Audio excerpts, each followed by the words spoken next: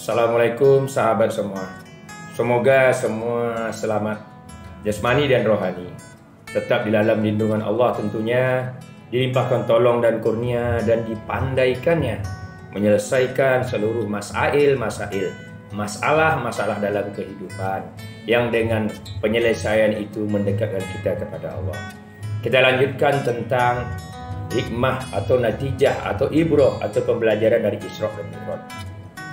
Kembali kita garis bawahi bahwa Isra dan Mi'raj pada hakikatnya, lahiriahnya, secara zatnya itu tidak ada berhak campur tangan manusia di dalamnya. Segala yang terjadi dari Isra ataupun Mi'raj, dari perjalanan Mekah sampai ke Sidratul Muntaha, sampai berjumpa Allah, itu adalah hak Allah semata, kekuasaan Allah semata. Dan bagaimanakah kejadian yang sebenarnya secara fisiknya, secara lahiriahnya yang dinampakkan oleh mata, itu juga pengalaman pribadi Rasulullah semata. Biarlah ia menjadi kenangan, menjadi hadiah, menjadi mukjizat dari Allah kepada kekasihnya. Dan itu tidak ada campur tangan kita yang di luar daripadanya. Jadi tidak ada gunanya kita memperdebatkan sampai ramai apakah hijrah itu dengan ruh atau dengan jasad, apakah melihat Allah langsung atau melihat cahaya.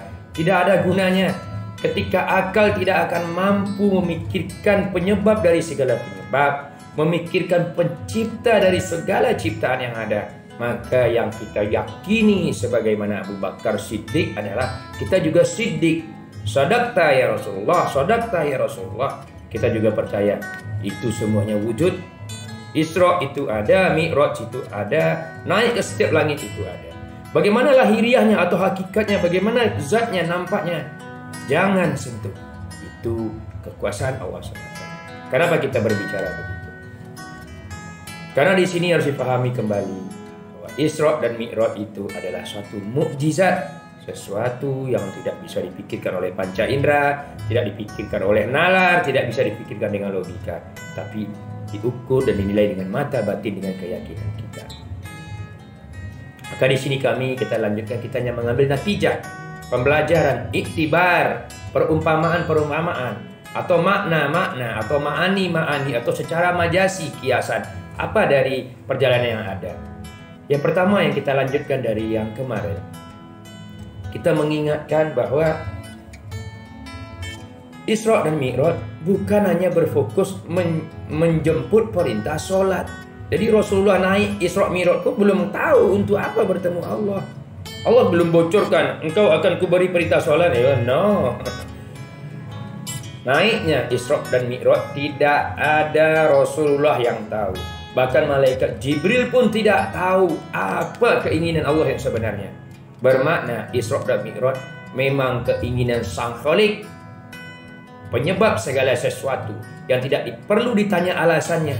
Dia berkehendak memperjalankan sesosok hamba, orang yang melepaskan titelnya, melepaskan egonya, membersihkan dirinya dari sebagian malam dari Masjidil Haram ke Masjidil Aqsa untuk diberkahi di sekelilingnya, untuk ditunjukkan ayat-ayatnya dan membuktikan bahwa Allah mendengar selama ini dan Allah melihat selama ini. Jadi itu. Nah, hikmah dan natijah kembali yang kita ambil, salah satunya adalah pelajaran yang sangat dasar. Apa kisah-kisah sebelum Isra dan Mi'raj? Apa tempat-tempat yang dilewati ketika Isra dan Mi'raj? Apa yang dilihat di masa Isra dan Mi'raj? Kemudian bagaimana dialog dengan para nabi, bagaimana Jibril mengawalnya, bagaimana menaiki Buraq, bagaimana dialog penjemput pendapat perintah solat, bagaimana Rasulullah naik turun berdialog dengan Allah minta dikurangkan, seolah-olah melakukan perdebatan sampai terakhir 5, dan apa visi yang dibawa dalam waktu yang singkat. Jadi latar belakang sebelum Isra dan Mi'raj adalah yang kita lihat hikmahnya adalah ini suatu mukjizat kemuliaan tertinggi. Ketika masa itu Rasulullah bersedih, ketika masa itu umat Islam dalam penderitaan. Berapa tahun belakangan sebelum itu Rasulullah diblokade. Orang-orang yang di Mekah yang mengikut Muhammad tidak boleh berjual beli dengan kaum Quraisy, tidak boleh melakukan perkawinan dengan kaum Quraisy yang di luar Islam. yang diazab Ammar bin Yasir, keluarganya ditombak jantungnya, ada yang disikat kulit kepalanya, dan lain-lain. Pada masa itu Rasulullah tidak bisa membela fisik. Rasulullah ingin membela para sahabat. Rasulullah kalau perlu ingin berdemonstrasi, mentegakkan kebenaran, tapi tidak bisa. Sampai Rasul pun tidak bisa menolong. Sehingga banyak kisah. Amir Al-Ghifari, siapa lagi ada kisah, sampai ada lagi kisah si Al-Ghifari dari suku Ghifar, ada lagi kisah Umar bin Khattab yang nekat. Ya Rasulullah, kita demo. Ya Rasulullah, kita tunjukkan kekuatan kita benar. Jangan. Akhirnya ngotot, digebuki, dipukuli. Karena Islam di masa itu masa kelemahan. Lemah ekonominya, lemah kekuatannya, segala-galanya. Apalagi bicara hukum, sangat lemah. Maka dalam keadaan sampai berbulan-bulan berumah tangga dengan Khadijah, dalam kesempitan, sampai kelaparan berbulan-bulan, dapur Rasulullah tidak berasap. Tiba-tiba kemudian mendapati pamannya Abu Thalib meninggal. Berusaha Rasulullah, bersahadatlah pamanku. Menangis ke langit memohon kehadirat Allah. Tapi Allah tidak mengabulkan. Sehingga Allah berkata, bukan hak engkau Muhammad memberi hidayah. Engkau hanya penyampai. Engkau hanya seorang Rasul, seorang utusan. Hanya penyampai risalah, pembawa amanat. Adakah dia akan menerima Abu Thalib atau tidak? Bukan hak engkau. Itu hidayah milik Allah. Maka Rasulullah menangis bersedih. Paman yang mencintai, yang pengorbanannya Abu Thalib melebihi pengorbanan kita di Indonesia. Siapa di Indonesia yang paling hebat pengorbanannya? Kalah oleh Abu Thalib. Tapi Abu Thalib tidak mau bersahadat. Lalu kemudian meninggal pula Khadijah, istri tercinta. Maka jatuh mental Rasulullah dalam bersendirian, dalam kesedihan. Apakah sanggup mentegakkan kebenaran lagi? Apakah begini kisah para Rasul? Maka Allah berkenan memperjalankan hambanya tadi, berkenan membukakan ayat-ayatnya, melihatkan film masa depan. Itu. Jadi kita harus melihat latar belakang sejarah. Sehingga ibrohnya ketika kita berbicara Islam, ketika kita mengaku Ahlus Sunnah wal Jamaah, jangan lupakan step by step sejarah. Apakah tindakan yang kita lakukan hari ini sudah sesuai dengan cara strategi Rasulullah? Ataukah kita harus langsung nekat? Ataukah kita itu ada step? Jadi di samping Quran, di samping hadis sahih, kita harus lihat bagaimana sejarah Rasulullah dari masa Mekah, masa Madinah, masa Hudaybiyah dan sebagainya. Dan itu haruslah seksama dengan kejernihan hati. Dan mengingatkan kembali pembelahan dada yang 3 kali. Dibelahnya dada 3 kali di waktu kecil, di waktu dia remaja, dan di waktu dewasa. Yaitu sebelum Isra dan Mi'raj. Apa hikmahnya?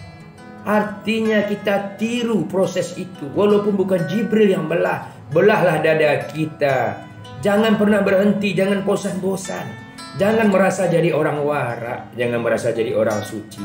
Kita harus sanggup mengakui saya salah, saya kurang, saya tidak mengerti ilmu nahwu soroh, saya tidak mengerti ilmu mantiqoh, ilmu balaghah, ilmu tasawuf.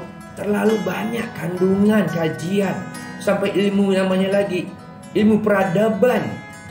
Kita pun harus belajar. Oh, bagaimana peradaban Islam, peradaban kota Mekah, peradaban Jazirah Arab, bagaimana pengumpulan Al-Quran. Kita harus mengakui. Kenapa itu perlu? Untuk membelah dada, agar dada yang dibelah bisa dimasukkan iman dan hikmah. Karena dada Rasul dibelah, lalu dimasukkan oleh Jibril iman dan hikmah. Maka kita juga dengan anak-anak kita, rajinlah membelah anak-anak kita di usia balita, di usia sekolah SD, SMP, SMA. Rajinlah membelah sampai dia dewasa. Jangan berhenti.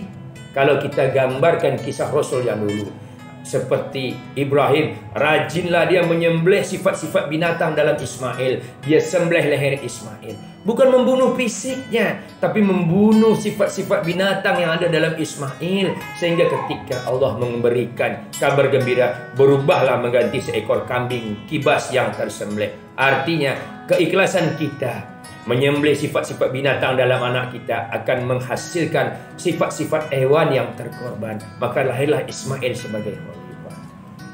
Belum lagi kita sampai ke makna salat. Jadi terlalu luas makna dan pelajarannya. Semoga